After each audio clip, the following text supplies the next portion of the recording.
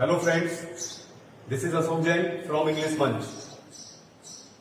मैंने आपको पिछले वीडियो में बेसिक ग्रामर स्टार्ट कराई थी और उसका मैंने डेफिनेशन भी इसमें ग्रामर की दी थी।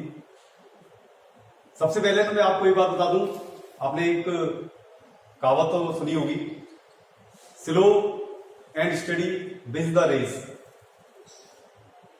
ये कछुए और खरगोश की कहानी का मॉरल था कि आराम से चले और धीरे धीरे यदि हम चले तो हम आसानी से अपनी मंजिल तक पहुंच सकते हैं। मैं आपसे ये कहना चाहूंगा कि there is no shortcut to success.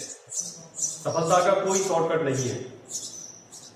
हमारे स्टूडेंट्स की एक बहुत बड़ी दिक्कत रही है कि वो कहते हैं सर समझ में आ जाता है, ना तो हम लिख पाते हैं और ना फिर हम बोल पाते हैं उस चीज को।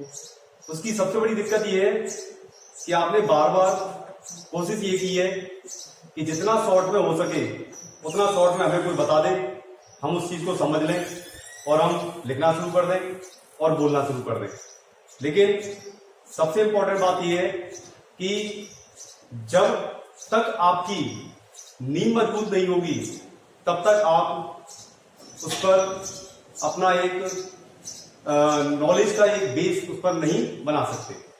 तो कहने का मतलब है कोई भी ब्रिज बनता है, कोई भी इमारत बनती है, तो सबसे पहले जो भी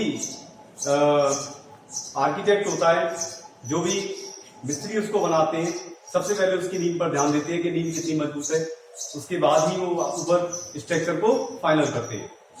मैंने पहले ग्रामर के बारे में बताया आपको, आज हम उसका अगला पार्ट शुरू कर रहे हैं और आप देखेंगे ऊपर कि एलिमेंट्स ऑफ सेंटेंस। मेरा जो आज का टॉपिक है वो है एलिमेंट्स ऑफ सेंटेंस।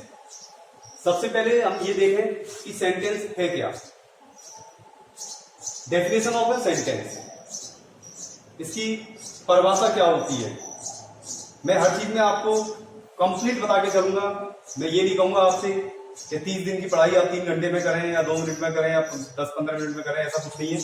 आपको बेस पूरा बेस पहले हम क्लियर कराएंगे आपका, उसके बाद आप ऑटोमेटिकली कहने लग जाओगे कि हाँ सर हम लिख भी सकते हैं, हम बोल भी सकते हैं। क्योंकि जब आपके कंसेप्ट क्लियर होंगे तो आप हर काम आसानी से कर सकते हैं। तो यहाँ पर मैं बताना चाह रहा हूँ आपको डेफिनेशन ऑफ अ सेंटेंस, कि एक सेंटेंस की डेफिनेशन क्या होती है, सेंटेंस होता क्या है।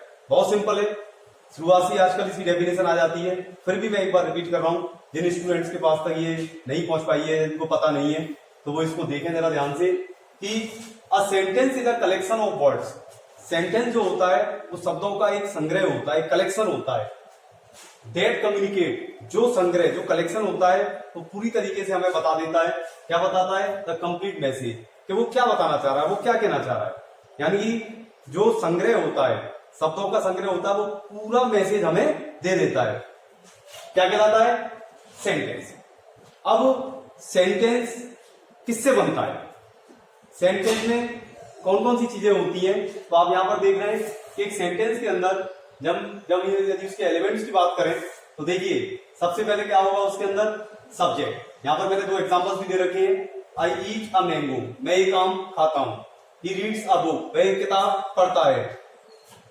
कौन कौन से उसके वो है एलिमेंट्स, कौन कौन सी हैं? तो आप देखें जरा। एस फॉर सब्जेक्ट, मैंने पिछले वाले वीडियो में भी आपको बताया था, मैंने शॉर्ट में लिख दिया था SVOC+A। तो यहां पर देखें, S for subject, B for verb, O for object, C for complement, A for adverb. मैं यहां पर बता के नहीं छोड़ूंगा आपको, वो ये यहां पर मैंने लिख दिया और मैं इनके बारे में जानकारी नहीं दूं। मेरा अगला जो वीडियो होगा उसमें आपको पूरा पता पड़ेगा कि सब्जेक्ट क्या डेफिनेशन होती है, वर्ब क्या डेफिनेशन होती है, इनके काइंड्स कितने होते हैं, ये सब जानकारी आपको उसमें मिलेगी। यानी हर चीज आपको डिटेल्स में मिलेगी। तो यहाँ पर आप देख रहे हैं, ये मैंने यहाँ पर लिख दिया है। इसके एग्जांपल्स हम देखते हैं। अब यहाँ पर स्टार्ट होता है आपका काम समझना कि हम सेंटेंस जब तक बना नहीं लेंगे तब तक हमें ये नहीं पता चल पाएगा कि हमें किस तरीके से बोलना है, किस तरीके से हमें लिखना है। तो यहाँ पर आप देख रहे हैं कि यदि आपको ये पता पड़ जाए कि ये एक कलेक्शन ऑफ वर्ड्स है और इस पर बेस्ड हमारा सेंटेंस बनेगा, तो हमारा काम बहुत आसान हो जाएगा। क्योंकि आपको मैं ये भी बता दूं कि हमारी जो लैंग्वेज है, नेटिव लैंग्वेज होती है वो हिंदी होती है या अलग अलग रीजन की अलग अलग होती है। तो हमें इंग्लिश में क्या करना पड़ता है कि हमें सोचना अपनी नेटिव लैंग्वेज में पड़ता है और उसके बाद उसको कन्वर्ट करना पड़ता है, और कन्वर्ट करने में ही हमें इन सब चीजों की जरूरत पड़ती है। जनरली जो फॉरेन कंट्रीज है वहां पर इस तरीके का पूरा फॉर्मेट होता है कि वो इंग्लिश में ही सुनते हैं, इंग्लिश में ही उसको अपने ब्रेन में कैलकुलेट कर लेते हैं और इंग्लिश में ही उसको एक्सप्रेस कर देते हैं। तो यहाँ पर मैं आपको बता रहा हूं कि देखिए किस तरीके से हमें सेंटेंस में इसकी जरूरत पड़ती है। तो सबसे पहला मेरा सेंटेंस है, यहाँ पर देखिए मैंने टिक भी किया हुआ है कि बर्ड्स फ्लाई। ऐसा नहीं है कि एक सेंटेंस के अंदर सभी चीजें आ जाएं, ऐसा कोई जरूरी नहीं है। बहुत से स्टूडेंट ये सोचते हैं सर आपने तो ये बता दिया कि SVOCA ये सेंटेंस होता है, ऐसा कुछ भी नहीं है। आपकी क्या रिक्वायरमेंट है, आप क्या कहना चाह रहे हैं? एक बच्चा कहता है सर बर्ड्स फ्लाई, पंछी जो होते हैं वो उड़ते हैं, तो यहां पर बर्ड्स क्या हो गया? सब्जेक्ट। अब मैं आपको जब सब्जेक्ट का टॉपिक चलेगा तो आपको ये भी बता दूंगा कि काइंड्स ऑफ सब्जेक्ट्स, कितने प्रकार के सब्जेक्ट्स होते हैं हमारे। तो यहां पर आप देख रहे हैं बर्ड्स फ्लाई, पंछी जो होते हैं वो उड़ते हैं, तो बर्ड्स क्या हो गया? सब्जेक्ट। फ्लाई, फ्लाई माने क्या हो गया? उड़ते हैं, ये क्या हो गई? इसकी वर्ब हो गई। तो यहां पर मेरा जो स्ट्रक्चर है वो कौन सा बन गया? यहां पर जो स्ट्रक्चर निकल के आया वो आया S+B। सेकंड सेंटेंस हम देखें, he gave me a book. यहां पर आप देख रहे हैं कि यहां पर ही सब्जेक्ट है, गेव वर्ब है, मी मैंने यहां पर लिखा हुआ है IO, यहां पर लिखा है इनडायरेक्ट ऑब्जेक्ट, यहां पर लिखा है DO डायरेक्ट ऑब्जेक्ट। अब आप कहेंगे सर इनडायरेक्ट डायरेक्ट ऑब्जेक्ट क्या होते हैं? ये छोटे टॉपिक्स हैं, मैं यही आपको क्लियर कर देता हूं ये क्या क्या मतलब क्या होते हैं दोनों। ये कभी भी आपको इस तरीके से कोई सेंटेंस मिले तो आपको जो भी वर्ब दी गई है उस वर्ब में आपको क्या करना है, कुछ क्वेश्चंस है WH के वो पुटअप करने हैं, उससे आपका जो भी आंसर आएंगे वो इस तरीके से आएंगे। यदि आप वर्ब में हु ये आप क्वेश्चन पूछोगे वर्ब से कि कौन, तो उसका जो जवाब आएगा वो हमेशा किस रूप में आएगा? सब्जेक्ट के रूप में। यहां पर सब्जेक्ट क्या है? ही। क्यों? क्योंकि WH जो फैमिली होती है उसमें जो हु होता है वो हमेशा सब्जेक्ट का काम करता है। तो यहां पर जब मुझे इसका मैंने अर्थ किया ही गेव, उसने दिया, मी माने मुझको, अब एक किताब, उसने मुझे एक किताब दी, तो मैंने वर्ब से क्वेश्चन किया किसने दी, कौन था देने वाला? देने वाला कौन था? ही। क्या हो गया? सब्जेक्ट। अब हम क्वेश्चन इससे करते हैं, ऑब्जेक्ट निकालने के लिए दो क्वेश्चन कर लेते हैं, whom और what। दिया तो किसको दिया? जैसे ही इसका जवाब मिला किसको, जवाब मिला मुझे मी, यहां पर क्या हो गया? Indirect object. किसी भी सेंटेंस में हमेशा ध्यान रखना कि जो पर्सन होता है वो इनडायरेक्ट ऑब्जेक्ट होता है और जो थिंग्स होती है वो डायरेक्ट ऑब्जेक्ट होती है। यहां पर आप देख रहे हैं कि whom का जवाब आपको हमेशा किसमें मिलेगा? whom का जवाब हमेशा आपको पर्सन के रूप में ही मिलेगा। और यहां पर मेरा जवाब है what। what का मतलब क्या होता है? क्या। तो जैसे ही आपने कहा दिया तो क्या दिया, जवाब मिला आपको बुक, तो ये क्या होगा यहाँ पर? Direct object. तो आपको कभी भी सेंटेंस में ये पता करना हो कि सब्जेक्ट ऑब्जेक्ट वगैरह क्या होते हैं तो आप वर्ब से बात करें, वर्ब से पूछ ले हु कौन, जवाब मिला आपको ही, सब्जेक्ट। यहां पर जवाब मिला whom किसको, ऑब्जेक्ट मिल गया पहला आपको IO, दूसरा what क्या दिया, बुक दी, क्या मिल गया? DO direct object. तो ऐसा नहीं है कि हर उसमें आपको SDO CAE पूरा की पूरा मिले। आगे देखें हम, रॉबर्ट इज अ लायर। यहां पर मैंने लिखा रॉबर्ट इज अ लायर। यहां पर आप देख रहे हैं रॉबर्ट सब्जेक्ट है, इज वर्ब है और मैंने यहां पर लिखा है अ लायर। यहां पर मैंने लिख दिया है नीचे कॉम्प्लीमेंट। अब आप सोच रहे होंगे कि कॉम्प्लीमेंट क्या होता है, इसको भी मैं यहां पर थोड़ा सा क्लियर कर दूंगा आपके लिए कि कॉम्प्लीमेंट क्या होता है, क्योंकि ये छोटे टॉपिक्स हैं, तुरंत आपकी समझ में आ जाएंगे। तो कॉम्प्लीमेंट क्या होता है? कॉम्प्लीमेंट की यदि हम बात करें तो कॉम्प्लीमेंट के बारे में देखें आप जरा, दो सेंटेंस में लिख रहा हूं, द बेबी स्लीप्स, दूसरा है द बेबी सीम्स। यहां पर आप देख रहे हैं, यहां पर देखिए कॉम्प्लीमेंट के बारे में हम जानकारी ले रहे हैं। कॉम्प्लीमेंट का कैसे पता लगाएं सेंटेंस में, कौन सा कॉम्प्लीमेंट है कौन सा ऑब्जेक्ट है। ऐसा लगता है कि कॉम्प्लीमेंट और ऑब्जेक्ट में अंतर कैसे करें, तो यहां पर आप देख रहे हैं कि दो वर्ब, पहली वर्ब है स्लीप, दूसरी है सीम। स्लीप का मतलब होता है सोता है, यहां पर हो गया सोता है, यहां पर होता है प्रतीत होता है। अब खास बात देखिए आप जरा यहां पर कि द बेबी स्लीप, यहां पर सब्जेक्ट सेम है, ये देखिए यहां पर ये सब्जेक्ट है, यहां पर ये भी सब्जेक्ट है। अब जब हम इसका अर्थ करते हैं वर्ब का, तो यहां पर आप देख रहे हैं द बेबी स्लीप, बच्चा सोता है। तो ये जो स्लीप वर्ब आई है, इसका अर्थ आपको तुरंत समझ में आ गया कि बच्चा सोता है। आप ये नहीं पूछेंगे कैसे सोता है, क्या सोता है, ऐसा कुछ नहीं पूछेंगे आप, आपके अर्थ तुरंत समझ में आ जाता है। सेकंड नंबर का सेंटेंस है मेरा द बेबी सीन, यहां पर आप गौर से देखें जरा, द बेबी सीन, बच्चा प्रतीत होता है। अब जब मैं इस बात को आपसे कहता हूं बच्चा प्रतीत होता है, तो आप मुझसे कहेंगे कैसा प्रतीत होता है? आपके अर्थ समझ में नहीं आया इस वर्ब का, पहली बार जो वर्ब की उसका अर्थ समझ में आ गया, बच्चा सोता है, लेकिन यहां पर सीम्स का आपको अर्थ समझ में नहीं आता है। तो आप देख रहे हैं यहां पर अभी ये जो सेंटेंस है वो इनकम्प्लीट है, ये अभी इनकम्प्लीट है, जो भी इसको कंप्लीट कर देगा वही कॉम्प्लीमेंट हो जाएगा। तो यहां पर देखिए जरा द बेबी सीन, अभी इसका अर्थ समझ में नहीं आ रहा है। अब देखना जरा, मैंने जैसे यहां पर लिखा द बेबी सीन हैप्पी, अब सब समझ गए कि बच्चा प्रतीत होता है, कैसा प्रतीत होता है, खुश। तो यहां पर वर्ब के अर्थ को किसने पूरा किया? हैप्पीनेस। हैप्पी क्या हो गया? कॉम्प्लीमेंट। तो कभी भी आप ध्यान रखें कि जो भी जितनी भी वर्ब्स होती है जो अपना अर्थ पूरा नहीं दे पाती, उनके अर्थ को, उनके मीनिंग को जो भी कंप्लीट करता है वही क्या कहलाता है? कॉम्प्लीमेंट कहलाता है। तो यहां पर देख रहे हैं आप द बेबी सीम्स हैप्पी, यहां सब्जेक्ट हो गया, ये वर्ब हो गई, यहां पर इस वर्ब ने अपना अर्थ पूरा दे दिया, लेकिन यहां पर सीम्स ने अपना अर्थ पूरा नहीं दिया। तो इसके अर्थ को पूरा किसने किया? हैप्पी ने। तो हैप्पी क्या हो गया? कॉम्प्लीमेंट। तो आपको ध्यान रखना है कि जो भी वर्ब्स हैं जो जिनका अर्थ कंप्लीट नहीं होता अपने आप में, उनके अर्थ को जो भी कंप्लीट करता है वो हमेशा क्या कहलाता है? कॉम्प्लीमेंट कहलाता है। यहां पर देखिए एग्जांपल नंबर, यहां पर आ जाते हैं हम थर्ड पर, रॉबर्ट इज, रॉबर्ट है।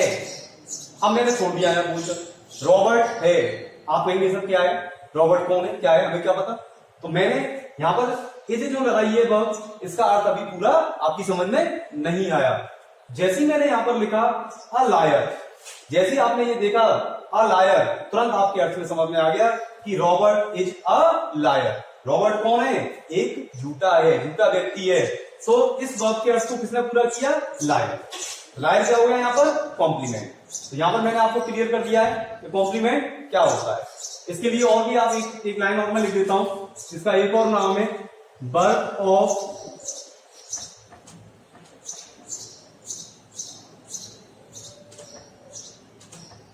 Incomplete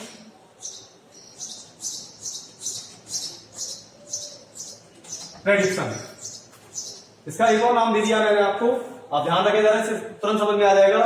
verb of incomplete prediction, यानी कि वर्ब क्रिया, इनकम्प्लीट अधूरी, और प्रेडिक्शन माने अनुमान। जिस वर्ब के बारे में अनुमान अधूरा हो, जो हमारी समझ में नहीं आए, वो क्या कहलाएगा? उसके अर्थ को जो भी पूरा करेगा वो क्या कहलाएगा? कॉम्प्लीमेंट। क्लियर हो गया? यहां पर देख रहे हैं आप एस, बी और सी, मेरा स्ट्रक्चर निकल के आ गया, एस, बी और सी, एस प्लस बी प्लस सी। यहां पर आया आपका एस प्लस बी। अब आगे चलते हैं। सी केम हियर, वो यहां पर आई थी, कम की सेकंड फॉर्म केम, वो यहां पर आई थी, क्या हो गया? सी केम हियर। यहां पर सी सब्जेक्ट हो गया, केम वर्ब हो गया, हियर यहां वहां क्या हो जाते हैं? एडवर्ब। इनकी पूरी डिटेल हम आपको बताएंगे, पूरी जानकारी देंगे आपको जब आपके टॉपिक जैसे जैसे आगे चलेंगे। फिलहाल आपको ये समझना है कि बेसिक्स क्या क्या चीजें यहां पर आपकी होती है। तो आगे देखें आप जरा कि सी केम हियर, हियर कभी भी थोड़ा सा मैं आइडिया दे देता हूं। एडवर्ब्स में आप कभी भी हमेशा ध्यान रखना कि जिसमें आपको where, why, how, how long, कई तरीके की चीजें होती हैं, इनके जवाब जैसे जैसे मिलते चले जाए वो सभी किस कैटेगरी में जाते हैं? वो सभी एडवर्ब्स की कैटेगरी में चले जाते हैं। यहां पर आप देखें sentence number 5, I told Rakesh the truth, मैंने कहा, मैंने बताया राकेश को द ट्रुथ, सच बताया। अब देखें आप जरा कितना इंटरेस्टिंग सेंटेंस है यहाँ पर, जो आपके बेस को बिल्कुल और ज्यादा मजबूत करेगा। देखिए आई सब्जेक्ट हो गया, टोल्ड वर्ब है, राकेश, आई टोल्ड राकेश, मैंने राकेश को बताया, या मैंने राकेश से कहा, क्या कहा? द ट्रुथ, सच कहा।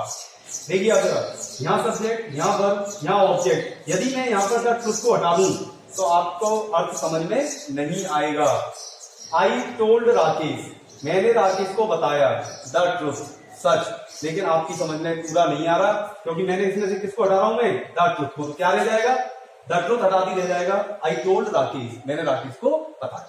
अब देखें जरा, तो एसबीओ रह गया।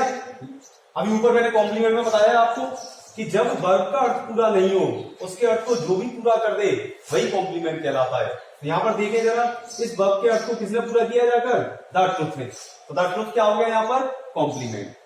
समझ आ गया, क्लियर हो गया, क्या हो गया यहाँ पर, कॉम्प्लीमेंट।